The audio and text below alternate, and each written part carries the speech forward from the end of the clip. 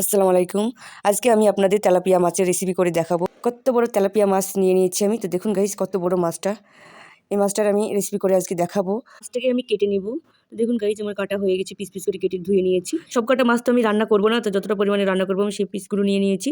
হলুদ লবণ লাগিয়ে নিচ্ছি, ভালো করে মাখিয়ে নিচ্ছি। আমি কড়াই তেল দিয়ে দেবো এবার। তেলটাকে নাড়িয়ে নেবো এবার আমি। এভাবে ভালো করে নাড়িয়ে নিচ্ছি। দেখুন গাইস আমি মাছগুলো একটা একটা করে দিয়ে দেবো। দেখুন গাইস আমি একটা একটা করে মাছগুলো দিয়ে ভালো করে লাল লাল করে ভেজে নেব। মাছ ভাজা হয়ে গেছে, আমি তুলে নেব। ওই তেলেই আমি পেঁয়াজ কুচি দিয়ে দিচ্ছি। পেঁয়াজ কুচি দিয়ে নাড়িয়ে নিচ্ছি ভালো করে। নাড়িয়ে নেওয়ার পরে আমি টমেটো কুচি দিয়ে দেবো। একটু আমি নাড়িয়ে নেব।